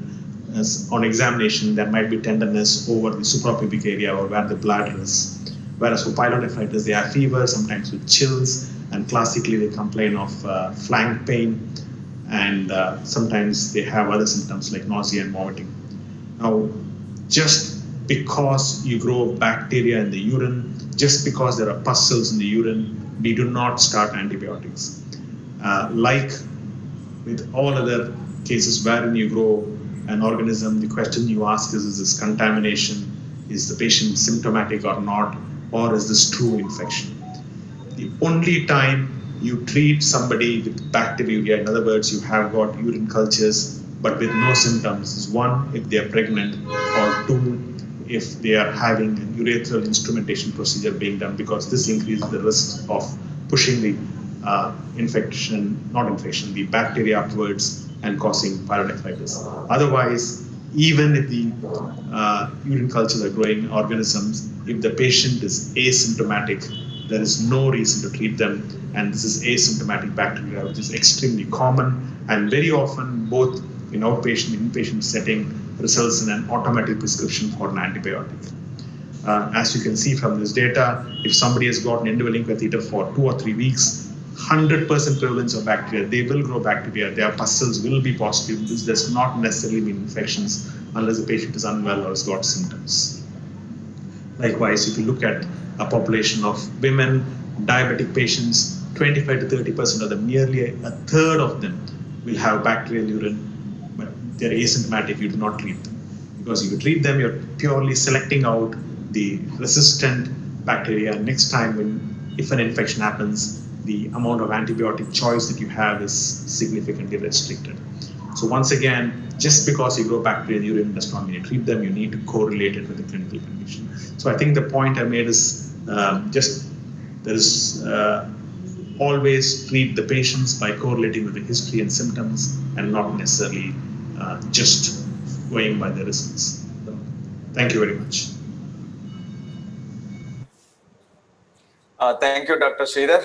It was a wonderful presentation. You have chosen a very difficult topic and made it very, very simple. Thank you very much. As we have short of time, you have any comments to make? You are given some time. I think we'll move on. I think we're already late if there are no questions. Yeah. Thank you. Thank you. Very nice of you to say that. Next, we will have the topic on updates in liver transplant by Dr. Ilam Kumaran. Yeah, Ilam Kumaran is a senior consultant, liver transplantation, hepatobiliary surgery, clinical head, liver disease and transplanter center, Apollo Hospital, Chennai. Let's have his video. Very good morning to all the senior colleagues and friends. It is a pleasure and privilege to be here today in the 95th All India Medical Conference, NATCON, on behalf of Kaveri Hospitals, to add value to this meeting and share some of the recent advances that are happening in liver transplantation. Sir, liver transplantation, as we all know, is a life-saving treatment and has been done successfully for the past 10 to 15 years. And there are several new advances that are coming up, both with the selection of patients, the technological advances, and the management in the post-operative period. So my talk today will be in brief to tell you about the current status of liver transplantation in our country, the recent indications for transplantation, the advancements that are happening with regards to technical procedures in the recipient surgery and the donor surgery, and the latest immunosuppression protocols that are being used, and how we have been doing liver transplantation during this pandemic times. So we all know the need for liver transplantation has been huge. It is almost an estimated number of 20,000 transplants per year in our country, and almost 3,000 of them are in pediatric population. But then, sadly, less than 2,000 adult liver transplantations are being done, and less than 300 pediatric transplants are done in our country. Several reasons: lack of availability, access to the patients, lack of affordability is also one of the major issue now. And I hope in the future it will all be bridged. So the outcomes now are standardized in most successful centers. This operation can be carried out with a success rate of 90% at 1 year survival and 80% 5-year survival.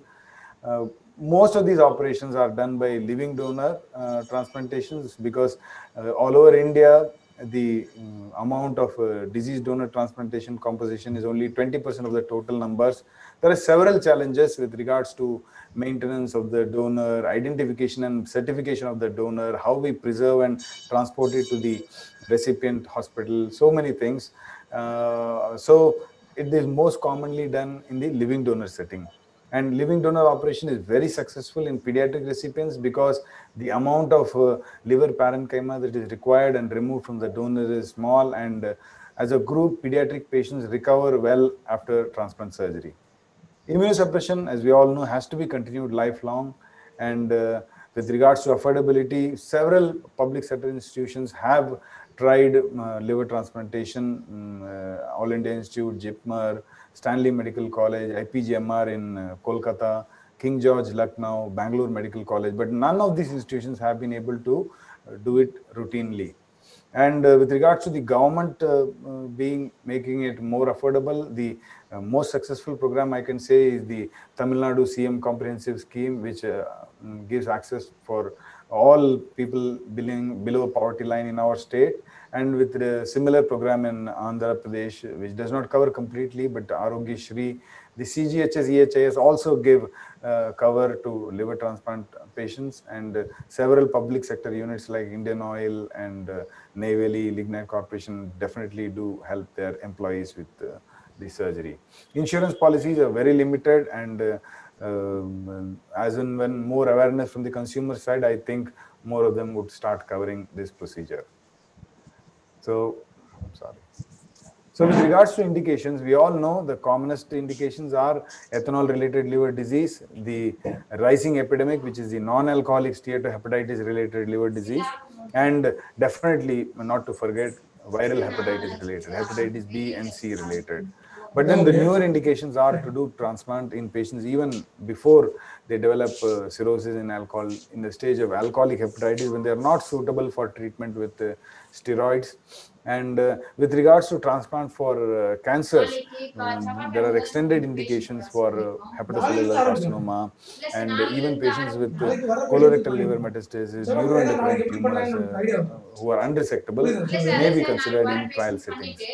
With regards to hepatitis B and C related, the latest advancements are that we do not give routinely immunoglobulin in the postoperative period. And hepatitis C, we all know that the advent of hepatitis C related drugs, which is the direct acting antivirals, have almost had 100% cure rate in this group of patients. So transplant for alcoholic hepatitis, there are several points against and for. I would start with the points favoring transplant in alcoholic hepatitis, because the prognostic scores, Lilly score and MELD score, they accurately predict the survival and the need for transplant in these patients. And the arbitrary 3-month rule for abstinence is no longer valid, because several studies have proven that even in patients who have not had this abstinence period have undergone transplant and successfully stayed abstinent from alcohol or any substance abuse. Living donor transplant in this setting definitely strengthens the emotional support and helps the recipient to stay away from substance abuse. And as we all know, alcohol is not just a simple disease or at a personal level. It is a complex psychological, social, and genetic factors that interplay in addiction. So what are the factors against? There is a concept which says that abstinence would allow recovery, but then it has been proven that it is not so in selected patients. And the commitment to abstinence is not there if you transplant them before 3 months or 6 months, which has also been proven against. And definitely there is a negative opinion for organ donation. To use the deceased donor organs in people who are actively drinking may have a negative opinion, and that is why living donor may be a better option here. And we all consider alcohol as a self-inflicted disease, but then yes, it is a very complex disorder. So how do we select the patients for the transplant in alcoholic hepatitis stage? Like I said, the prognostic scores, the differential score of more than 32, or non-responder or ineligible for medical therapy, is essentially the steroid therapy, and has to be the first liver decompensating event, should have a favorable psychosocial profile and good social profile support. So it all started with the Belgian study, which showed that there was it can be taken up even in patients with less than 3 months abstinence. And you can see that almost all these studies, these are all the major studies which established transplant in alcoholic hepatitis, have had more than 80% success rates at 1 year, which is very good. And the return to harmful drinking in these patients is less than 10%, which is as good as even people having a higher abstinence period. So next, coming to doing transplant for cancers. So transplant oncology, you can see that mainly involves transplanting for hepatocellular carcinoma. Initially, it was done only for patients with a single tumor less than 5 centimeter, but then we identified that there will be very few patients who will be eligible for transplant if we apply such restricted criteria. There may be a benefit of adding factors like the alpha fetoprotein level being less than 500 is a very good biological indicator for the aggressiveness of the disease, and adding downstaging treatments like adding RFA or TACE or tear to decrease the tumor size, make it less amenable to spread from outside of liver, and then after a cooling off period of maybe 4 weeks or 8 weeks, you can then reassess them and undergo transplant. So, like I said, transplant can also be done in patients having unresectable colorectal liver metastasis or neuroendocrine tumor, but they are still done only in trial settings. And hilar cholangiocarcinoma is tried in Western world after a neoadjuvant protocol. It is a very rigorous protocol of giving them radiation, chemotherapy, and then reassess after almost 2 to 3 months. But then we have identified that even in our own experience that very few patients will be eligible and fit enough for transplant after applying this neoadjuvant protocols. And transplant for rare tumors like hepatoblastoma, embryonal sarcoma, IVC sarcoma have also been done successfully. So, like I said, the commonest indication is still hepatocellular carcinoma. The Milan criteria, which is the single tumor less than 5 centimeter, we found it is very restrictive because most patients whom were identified for transplant at this stage had larger tumors or multiple, more than 3 or 4 nodules, because the whole cirrhotic liver is a hotbed for cancer. They are multifocal in cirrhotic patients. So then came the role of applying biological indices like alpha fetoprotein and the response to locoregional therapy. You do a TACE and reassess them after 4 weeks. And definitely in the number of months they have been waiting on the list to undergo transplant, they are all important predictors. If somebody has waited 6 months on the disease donor list, and if they have not had spread outside liver, or if the tumor has not grossly increased in size, then these are the best patients to undergo liver transplantation as a treatment.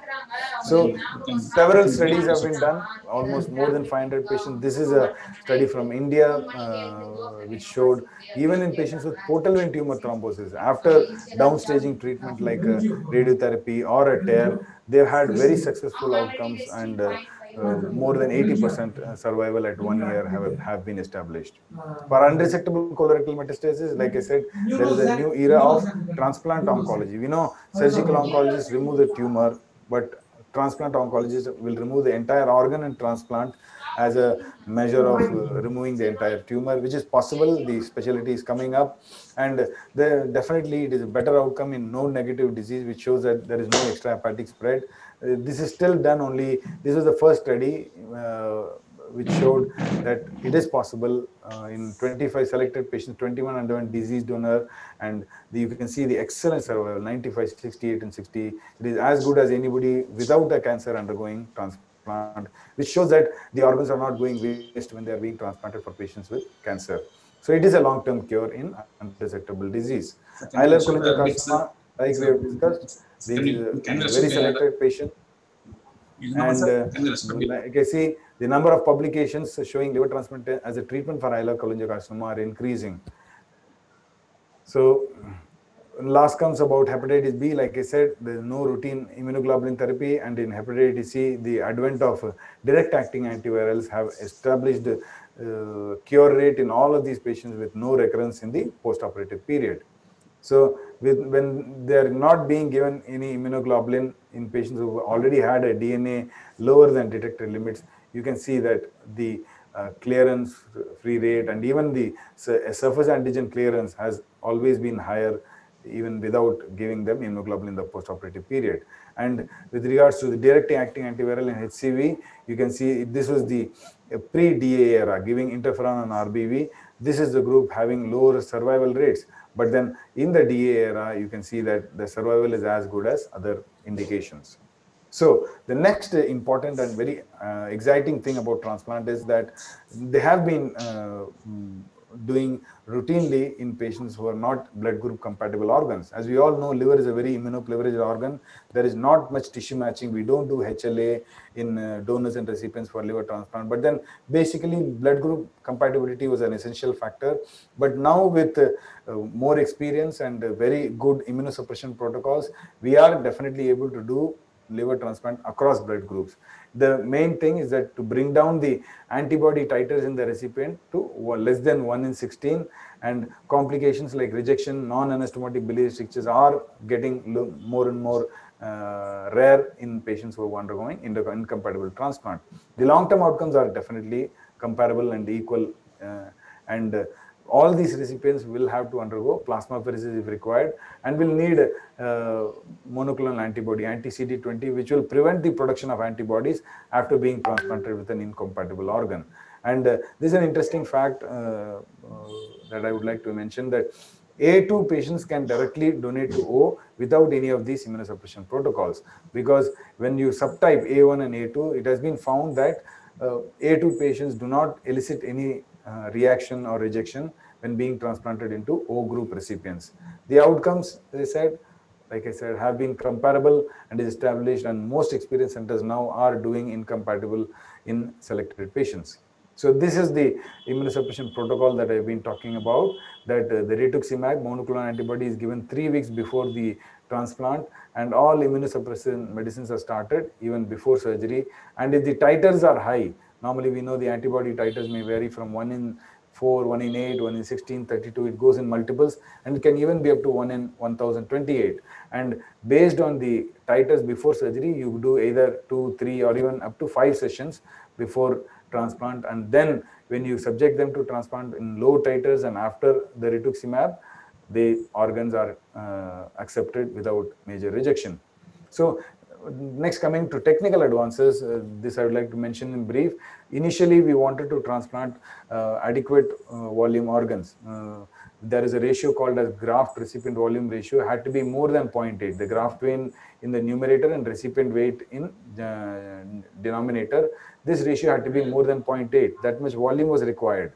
But then with experience, we have realized that you can even place a smaller volume graft in a heavier patient, but then you will have to somehow titrate the amount of portal pressure that is flowing through these grafts.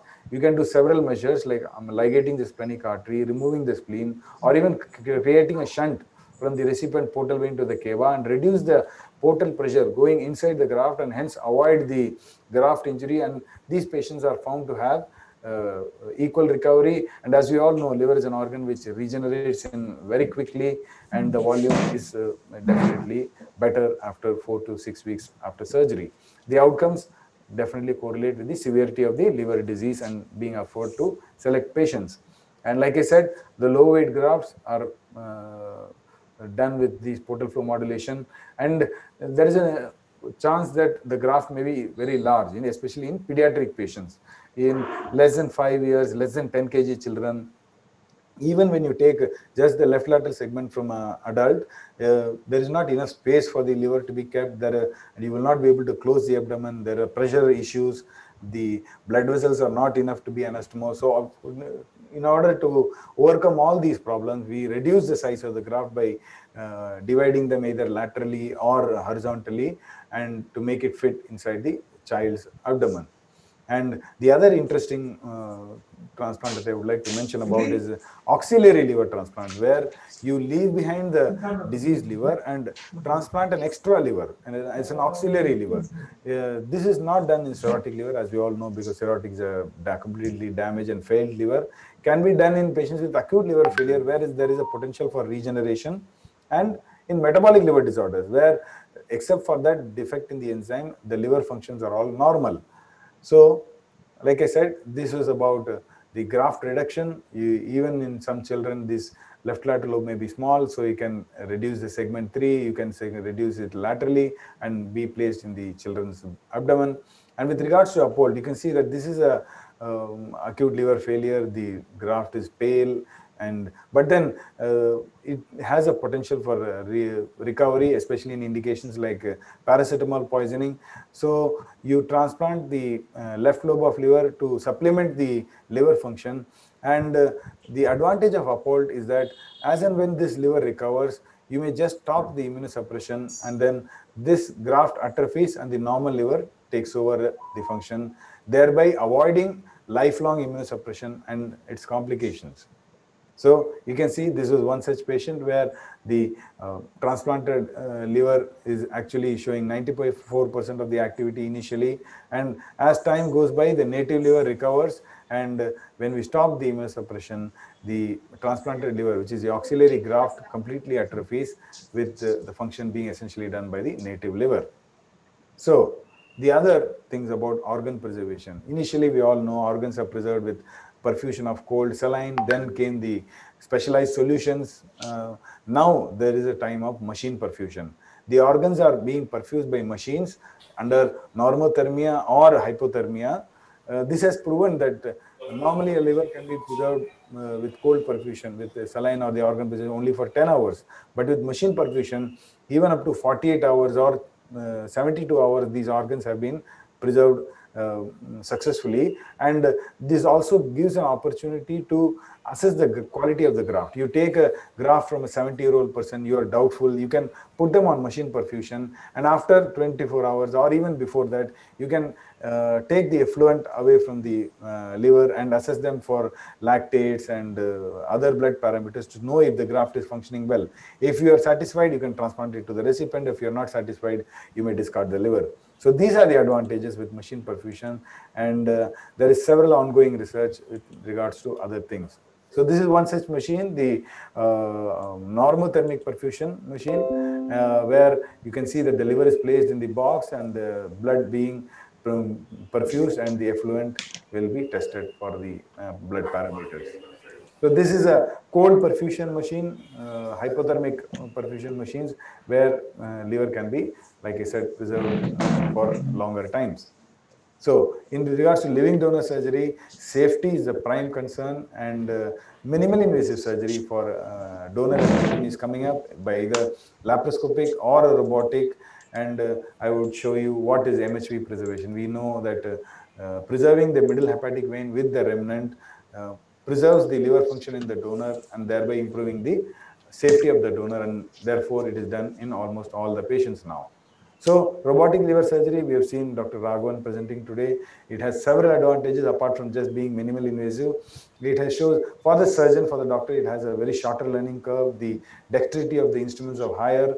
The motion control is enhanced, and ergonomically it is very good compared to laparoscopic, and the visualization is very stable and being controlled by the surgeon themselves. There is an integrated imaging where you can add ICG, indocyanine green to identify bile ducts or even assess other liver function, which can be done within the same monitor and can be integrated and helpful in surgery.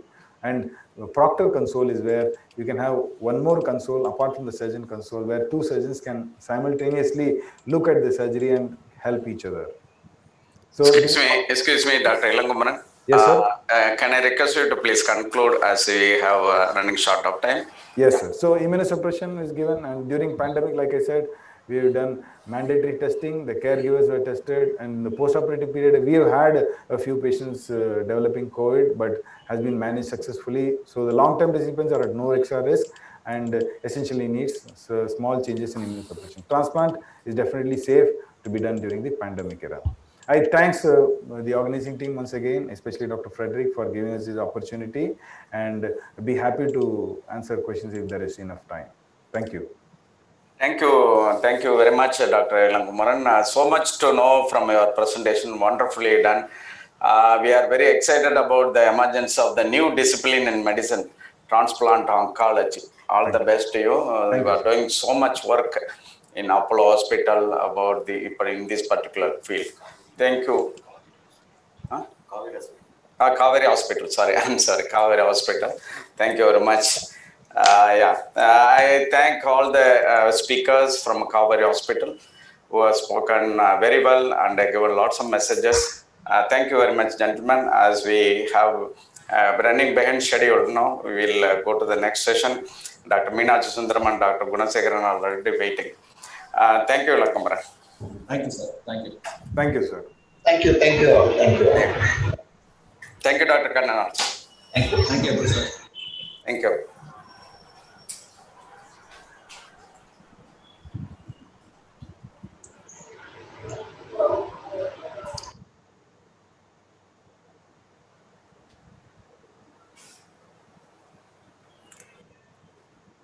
Rajesh, please take over. I think moderator for this session is Dr. Rajesh Babu, and the chair will be Meenakshi Sundaram, and co-chair is Dr. Gunasekaran. Dr. Rajesh Babu can take over. Yes, sir. I will welcome you all for this second session on psychiatry. Will be chaired by the chairman, Dr. Meenakshi Sundaram sir, and co-chairman by Dr. M. Gunasekaran sir. I request Dr. Meenakshi Sundaram sir to take over the session, sir.